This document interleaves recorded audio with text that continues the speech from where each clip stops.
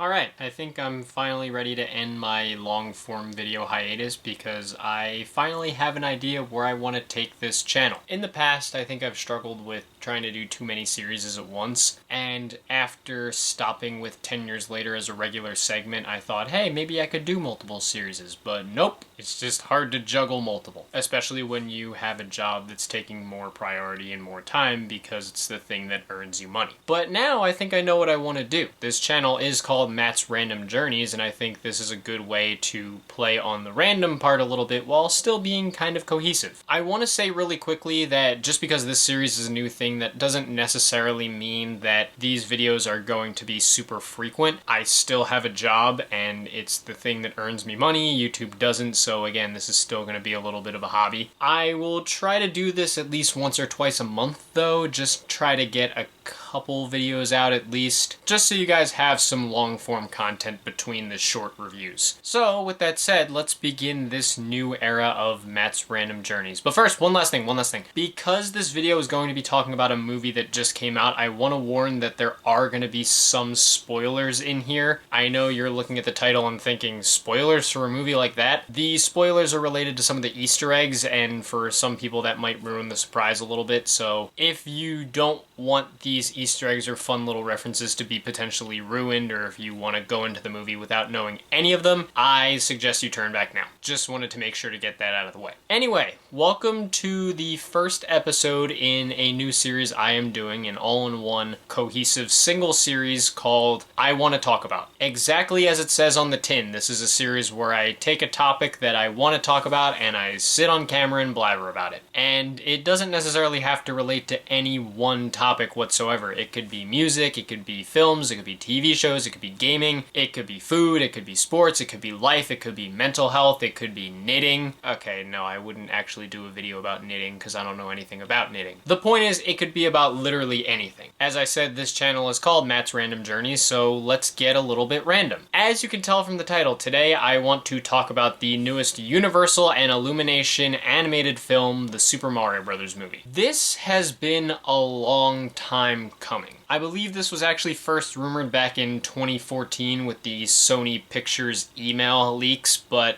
I remember first hearing about it back in 2017, 2018, when it was first officially announced that Nintendo was going to be collaborating with Illumination on an animated Super Mario Bros. Movie. Around a time where they were doing a lot more kind of multimedia collaborations beyond just releasing games for their systems. We had Nintendo games coming to mobile devices and the announcement of the Super Nintendo World at Universal Parks as well. And when this was initially announced, the video game to movie adaptation was in a much different place. I'm going to use Rotten Tomatoes for a minute, and I know they're not everyone's cup of tea, but just follow along. When this was first announced, not a single video game to movie adaptation had a fresh rating on the site. Fresh is the general indication of something being at least pretty good, and there had not been one film that had earned such a rating. And only one TV show was able to earn a fresh rating at the time, and that was the Castlevania series on Netflix. Video game to movie adaptations were often seen as like a kiss of death, but since the announcement of this movie, they haven't really been. They've actually been in a pretty decent spot. As far as movies are concerned, we had the Detective Pikachu movie that I heard was pretty good. There was that Werewolves Within movie that was based on a VR game that I heard great things about. And also the Sonic the Hedgehog movies, which I can tell from personal experience were quite good. I enjoyed them both. And TV has really been the way to go when it comes to video game adaptations, because a lot of the TV shows based on games have been really damn good. I mentioned Castlevania already, and I've heard amazing things about that, but there's also been Carmen Sandiego, which I heard great things about, Arcane, which I've heard was fantastic, Cyberpunk Edgerunners, which is one of my favorite things that I've ever seen in my life, maybe even my favorite thing that I've seen in my life, and as of recently, The Last of Us show, which I would argue may be the best straight-up video game to movie or TV adaptation that I've personally seen, as far as just being a direct adaptation of the game. Now, this movie in particular was a big deal for me. because the Mario series is a franchise that I have grown up on. I haven't really beaten every single game in the series. I'm actually working my way through them right now. It's the last series on my backlog that I've been working on for the last 7 years of my life, or something like that. 7, 8, whatever. But obviously I've grown up with the Mario series. It's one of my favorites in gaming, maybe my second favorite right behind the Smash Brothers series. And there are so many games in the series that I absolutely love. Obviously the OG Super Mario Brothers, Super Mario 64, Super Mario Galaxy, 3D World, and Super Mario Odyssey, which is my favorite video game of all time. And those are just a few. There are plenty of other great Mario games that I could talk about, but either way, the point is, this is a series that I know a lot about, that I've played a lot of, that I'm very familiar with, and that's a big deal because while I've recently managed to play a lot of the games that have gotten film adaptations in the past few years, many of the recent video game to movie adaptations came at a time where I hadn't played the games they were based on. Resident Evil has obviously been one of the biggest film adaptations of a video game yet.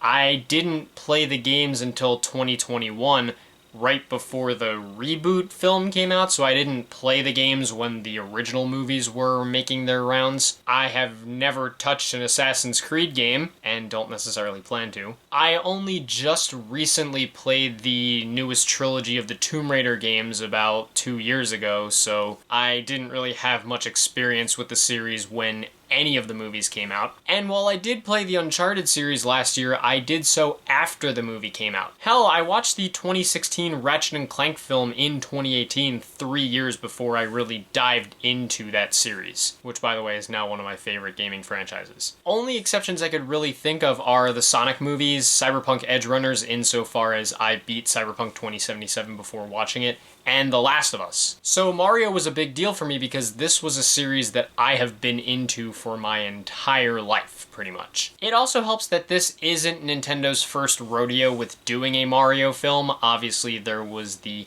original Super Mario Bros. Movie from 1993, which was not super good. I know it does have a bit of a cult following now, but that movie was very much not liked when it came out and was a huge box office flop, which really led to Nintendo getting cold feet as far as adapting their other video games into movies, or TV for that matter. The only exceptions I could think of are Pokemon, which is kind of, to my knowledge, half owned by Nintendo, not really fully owned by them, and you could count the Kirby Right Back At Ya anime as well. But either way, Nintendo was very protective about their games getting turned into films or TV shows, despite the fact that they have a lot of IPs that I know people would love to see get adapted into these mediums. I mean, obviously there's Mario, but beyond him you have Zelda, you have Metroid, you have Star Fox. These are 3 franchises in and of themselves that I would love to see get turned into films. But now they finally felt ready to do a proper film, and I would say there were still question marks for me because of this movie being handled by Illumination. Illumination, you probably already know this, but if you don't, they are the creators of film franchises like Despicable Me, The Secret Life of Pets, Sing, and they also did that 2018 animated Grinch film. Yes, they are the very reason Minions are pretty much everywhere you look at this point in your life. This was a bit of a question mark to me because I've watched quite a few Illumination films in my life. I've seen the first 2 Despicable Me movies, the first Minions movie, and the first Secret Life of Pets and Sing movies. And generally I feel like Illumination has a solid history of being pretty good as an animated film company, but not exactly the greatest ever. If anything, I think their role at this point feels like what Blue Sky's role was back in the day, or maybe kind of like a mid-2000s DreamWorks, but a little bit better and more polished than mid-2000s DreamWorks. And now they're handling a video game that is not only a big part of my life, but one that has very minimal plot. This has always been a disadvantage, I think, of adapting a platformer into a film, because platformers are often inherently light on plot, or at least inherently light on outward plot, so I wondered if they were going to be able to do it justice in an hour-and-a-half long movie. So yes, I ran into some complex emotions with the announcement of a Mario film, though the trailers were really starting to impress me, but given my past history with the franchise, a lot was riding on this movie. Did it deliver? Honestly, yeah, this was a really fun time. It might not be the biggest, most amazing animated film or film in general that I've ever seen, but it was a damn fun time. As far as the plot goes, yes, it is definitely light. But that's kind of the point of Mario, so it's kind of not that bad that it's light on plot because that's kind of faithful to the games. Because at this point, we all know Mario plots. Someone gets kidnapped, Mario has to go defeat Bowser and save the day.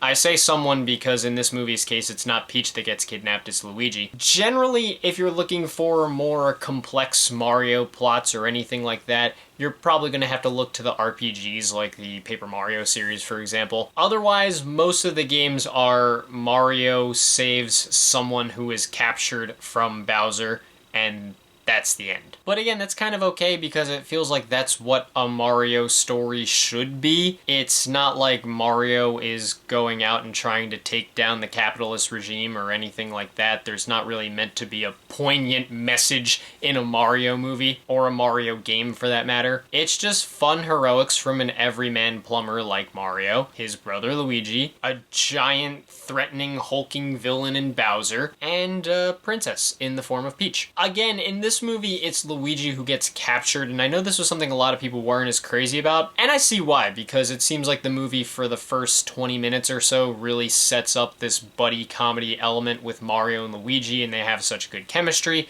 and then the movie just kind of separates the two. And as someone who is a little bit more of a Luigi fan than a Mario fan, I am a little sad that we didn't get more of him, but I don't mind that they really separated the two, especially because Peach is such a good foil for Mario in this movie. Really, I love what they did with Peach's character here. A lot of times people see Peach as like the damsel in distress, Mario's always gotta save her, blah blah blah. But in this movie, she's a badass. Plot-wise, it's really Mario who stumbles into the Mushroom Kingdom here, and Peach has to train him. She's super cool, but she also has that sweet, kind, loving charm that Peach is known for having. So she feels faithful to the character, but also feels like a really nice, unique spin on the character. And I think that's why I wasn't too upset about Luigi being kidnapped and not really being in the movie as much as Peach, just because I love what they did with Peach as a character here. I also love what they did with Bowser as well, because he's incredibly charismatic, but he's also a genuine threat in this movie. The movie literally begins with him just like burning down the Penguin's ice kingdom and stealing the Power Star for himself. Right off the top, it really establishes, like, this is a dude you do not want to fuck with. But also, it's kind of funny because Bowser is kind of a simp in this movie. I hate to use the word simp, but it feels like that's kind of what it is, because in this movie, they really established that Bowser has like this giant crush on Peach. Like, yes, he wants to capture her so he can be king alongside her, but he wants to be king alongside her because he really likes her. And throughout the movie, if Mario does something that makes her a little bit impressed, he's extremely jealous. It's kind of funny because we all have had these jokes and theories and rumors and thoughts in our head about Bowser is kidnapping Peach constantly because he is in love with her. I know some people are thinking more inappropriate jokes in their head. You keep them to yourselves, please. But yes, that's been the running joke of Bowser keeps kidnapping Peach because he's in love with her. So it's kind of funny that the movie doesn't even have any, like, reservations about saying that. There's no inhibition, it's just straight up like, yeah, Bowser likes her. So honestly, that's kind of funny, and I know people are going to talk about it, but in this movie, he sings, and he has a song for Peach, which is honestly pretty hilarious. I think it should be on the next Tenacious D album if such a thing ends up happening. Toad is also a great little addition too. He's pretty charming. He joins Mario and Peach on the adventure as Peach's most loyal servant who's not going to do anything or let anything come at Peach. And I like that because it feels like what Toad would be if he had more of a character in the mainline Mario games other than just, hey, Mario! Donkey Kong also appears, and he's not in the movie for a ton of it, I would say, not until maybe like the back half, but I think he's a fun addition. It's nice to see him here, and he has some really good chemistry with Mario too. Without getting into too much detail, I want to say that after watching one particular scene with Mario and Donkey Kong, I really want a new platformer game where you can play as both of them. Like, I want a Mario and Donkey Kong platformer, not like a Mario versus Donkey Kong game, like a straight up Super Mario plus Donkey Kong kind of game that combines the best elements of the Mario games and the Donkey Kong Country series. I feel like that would fucking slap. And the voice acting here is quite good. That was a bit of a sore spot for a lot of people coming into the movie. I know that there was a lot of worry with the announcement of Chris Pratt being Mario, because some people were like, he doesn't sound like he'd be able to do much of a Mario voice, but while watching the movie, I think that he was perfectly fine. And he mentioned this in an interview, and I kind of agree myself, but I kind of understand why his voice in the movie is not the typical Mario voice, so to speak. There are hints at it, yes, but I do kind of agree with his point, and I understand the point that having an hour-and-a-half long Mario movie that's just straight up, "It's me, Mario, let's go, woohoo!" would kind of get a little annoying fast, so I'm okay with the fact that they played up the Brooklyn part of Mario, kind of like a reference to the Super Mario Bros. Super Show, which this film has quite a few of. And ultimately, I think Chris Pratt did pretty well in that regard. Same thing with Charlie Day, who I think had a great performance as Luigi. I really hope if there are more movies in this universe, we get to see more of him, because he did a good job as well, and I think that his chemistry with Chris Pratt as Mario was great. Seth Rogen just kind of plays Seth Rogen as Donkey Kong, and it's a little off-putting at first, but eventually I did kind of get used to it. He does make Donkey Kong a pretty funny character, which is nice, because Donkey Kong can be a little bit funny, despite the fact that he also can be extremely intimidating. Anya Taylor-Joy is solid as Peach too. I think that she really captures the essence of what Peach as a character is, and I have to give a lot of credit as well to Keegan-Michael Key as Toad, because coming into the movie, I wasn't sure how they were going to handle Toad's voice. If anything, I was more worried about that than about Mario's voice. Because if you know Mario like I know Mario, you know that Toad's voice throughout the games is, "Hey! Mario!" And much like Mario's voice, I figured hearing that for 90 minutes might kind of feel like nails on a chalkboard, so I wondered what they were going to do, but Keegan-Michael Key did a nice job. He still had some of that higher pitch Toad voice, but not like a screechy Toad, and I think that it fit as far as his typical comedic warehouse goes, at least as far as the voice is concerned. I could tell it was him a little bit, but it's not like he was just playing himself. He brought his own little unique take to the character, so I like that a lot. The real scene stealer, of course, is Jack Black. I mean, he nails it as Bowser. As soon as he was cast, I was like, that's perfect. Jack Black is going to be perfect as Bowser, and he was. He sounded awesome. Again, with Bowser being so singy, it kind of works that they put his voice in here. I just thought that was honestly hilarious. Because as I said, Bowser is charismatic and often funny, but a genuine threat, and I think that Jack Black nails both of those emotions really well. And I won't spoil it much in this regard. This is probably one of the few Easter egg type things I won't talk too deeply about, but it is nice to hear that Charles Martinet, Mario's original voice actor, does appear in this movie in a few different roles, some of which you can tell are him, some of which you can't tell, but it does feel like a nice tribute to him and the years that he's put into voicing Mario and being part of the Mario series, so kudos to Illumination for doing that. I think the only voice actor that I wasn't as crazy about in this movie necessarily was Fred Armisen as Cranky Kong. I don't know how else to say it other than that I think his Cranky Kong voice could have been a little more cranky. It sounds more like if I had to give this particular Kong a name, it would be more like Snobby Kong than Cranky Kong, because voice-wise, I think that's the best way I could say it. He sounds more like he's trying to be a snob than someone who's cranky. And of course, no disrespect to Fred Armisen, but I just think that this particular voice that he did for Cranky was definitely a little off to me. Voice acting-wise, that's my only real complaint about it, though. As far as the faithfulness and recreation of Mario, oh my, it is incredibly faithful to the Mario series, and the animation is mind-blowing. Super colorful, really nailed the look and feel of the Mario games as well, while making the obvious changes.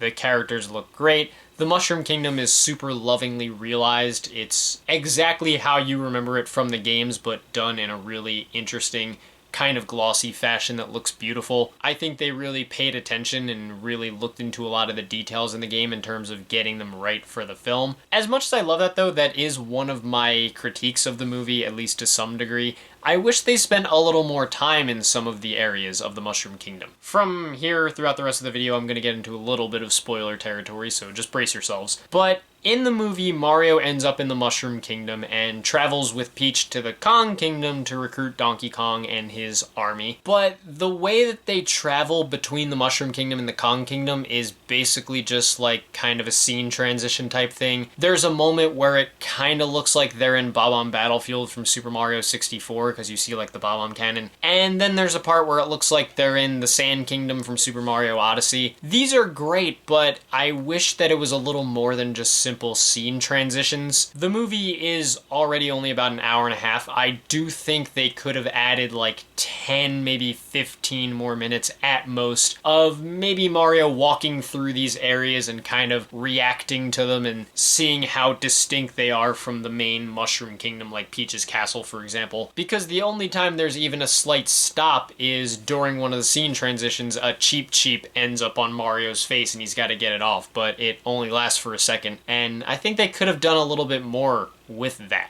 personally. I love how much they designed the kingdom and really made it faithful to the Mario games. I just wish we got to see a little bit more of it. And I will mention this as well as far as another light critique. A lot of people have pointed out, and I do agree, I think that the overuse of pop music was a little bit weird. Like, maybe pop music is the wrong word, but they used a lot of popular music, which was a little off-putting. Like, there's a scene in the movie where they're running along and No Sleep Till Brooklyn by the Beastie Boys plays. Same thing they have Holding Out for a Hero by Bonnie Tyler. Thunderstruck by AC/DC plays at one point. Take on Me plays. It's a little bit weird, and I think the reason why it's a little weird is because the orchestrated score from Brian Tyler is absolutely amazing. Like, Brian Tyler, what he did with the Mario music here is stunning. It's great because Mario music is some of the best music in gaming, and it felt like he just had this perfect playground to work with and just did so much amazing stuff with it that probably could have been used in some of these scenes where they used Take on Me or Holding Out for a Hero or something like that. So I do kind of wish they did a little bit more in that regard. And as far as the Easter eggs and references, since a lot of people have talked about that,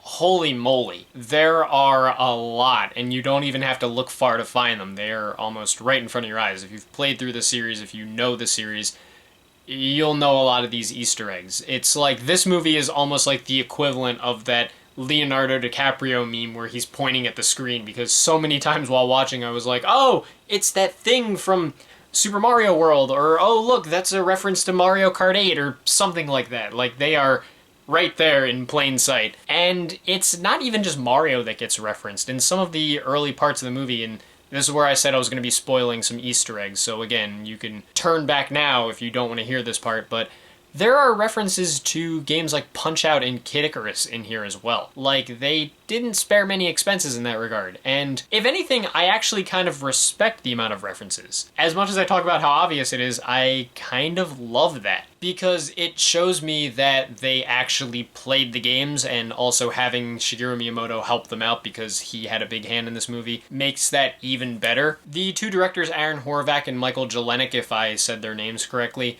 it feels like while watching this movie, I kind of got the impression that they basically either did a big speed run through the entire series before making it, had the biggest crash course ever on it, had been playing it since they were kids, or just happened to have Miyamoto's help and were able to get all those references in the movie. But either way, it works, and you can really see how much love and care was put into that, and how this movie feels like a movie made by fans for the fans. One of the biggest problems that tends to happen with a lot of video game adaptations to either film or TV is that they either don't respect the source material enough as fans or disrespect the fans through the source material. It feels like the people who make them either don't play the games or didn't play enough of the games to actually care. But here it kind of feels like they've been playing these games for their whole lives and just knew everything. They knew exactly what to do, how to do it, when to do it. And I think as a huge fan of the franchise,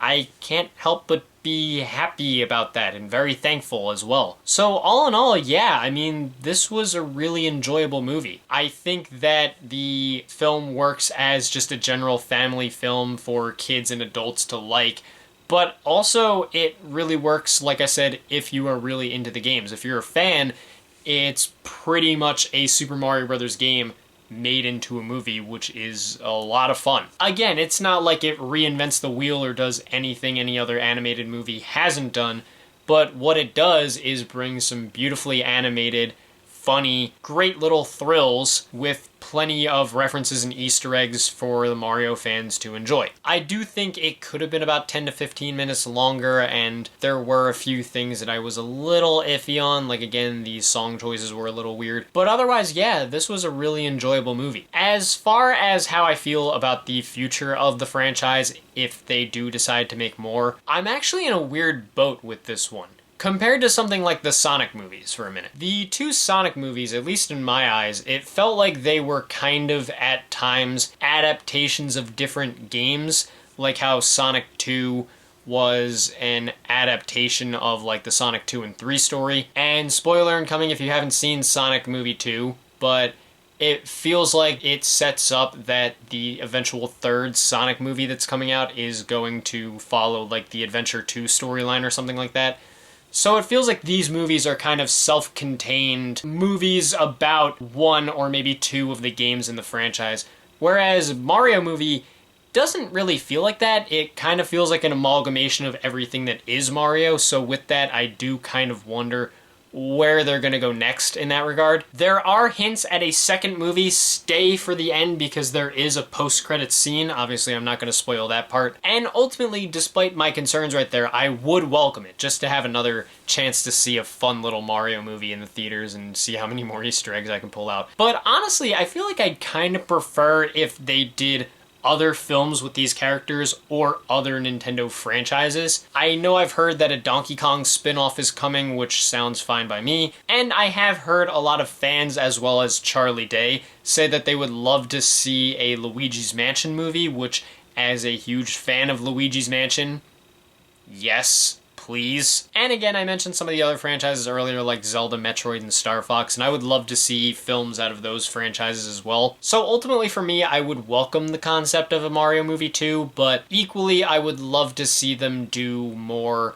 films with these characters that aren't a Mario movie sequel, and or films in other Nintendo franchises. Hell, I don't know about anyone else, but I think a Paper Mario movie would slap. Get the right animators, get that paper 2D aesthetic down, and that shit would bang. That would be like a Spider-Verse style Mario movie, have the Paper Mario storyline, make it kind of like, you could do like Thousand Year Door story, or you could do Super Paper Mario story, make sure to have some of his allies in there, bring in like Goombario or Goombella, whichever story you decide to adapt, bring in Vivian, bring in Admiral Bobbery, go nuts. I'd love to see what they could do with a Paper Mario movie. That's my ultimate feeling as far as where I'd like to see other Nintendo films and or TV shows go. I don't play this series at all, honestly, but I also can't be the only one who thinks that a Fire Emblem anime wouldn't be pretty damn awesome. Even as someone that doesn't play that series, I'd probably watch that shit, and I don't even watch anime. Other than Cyberpunk Edgerunners, of course. But anyway, yeah, Super Mario Bros. Movie is great fun for the whole family and for Mario fans. I think it's wonderful. It's already made a crap ton of money this opening weekend, and I think it deserves it, and I think if you haven't seen it yet, you definitely should. It's a really fun time, and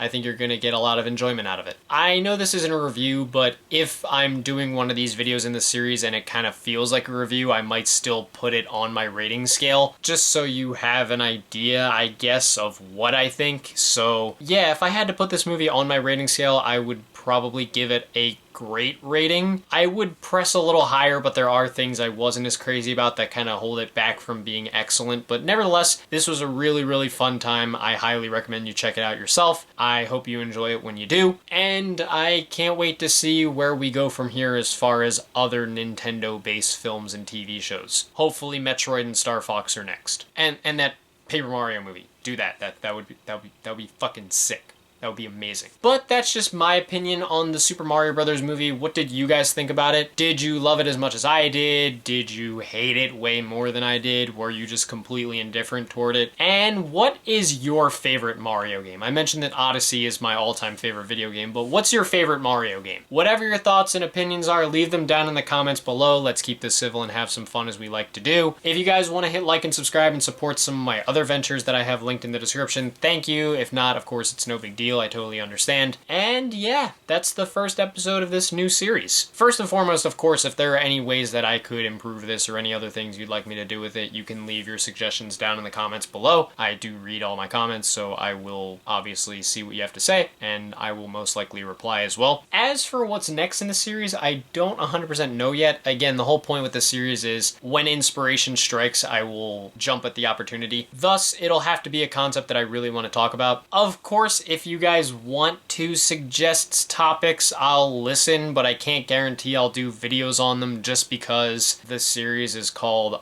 I Want to Talk About. If I took requests, it would technically be called You Want Me to Talk About. But if you have ideas of things that I might like, or things that if you know me, you think I'd want to talk about, then obviously you could let me know in the comments. Again, it could be about literally anything in the world as long as it interests me. And as far as media stuff like films and TV shows and games and stuff, it doesn't have to be things that just came out.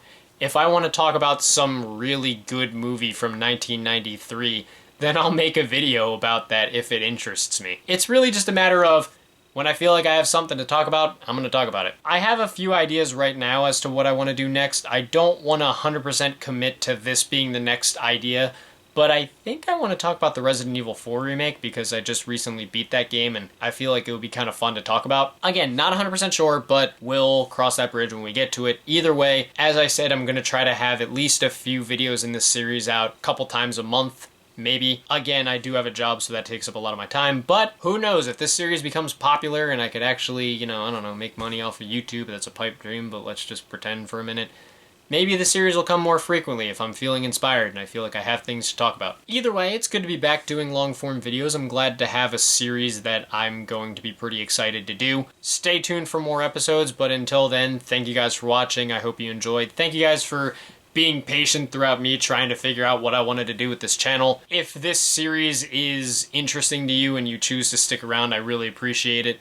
If not, I get it. I understand. It's, you know, it's people have come to this channel before for music reviews, so if it's a little to the left, I understand if some people might want to turn right instead. Either way, I appreciate those of you that have supported my content over the years and continue to support me, and hopefully you will join me along the ride for this series. Again, if not, totally understandable. Thanks for coming to the channel anyway. But yeah, until next time, thank you guys for watching. I hope you enjoyed, and I will see you in the next video.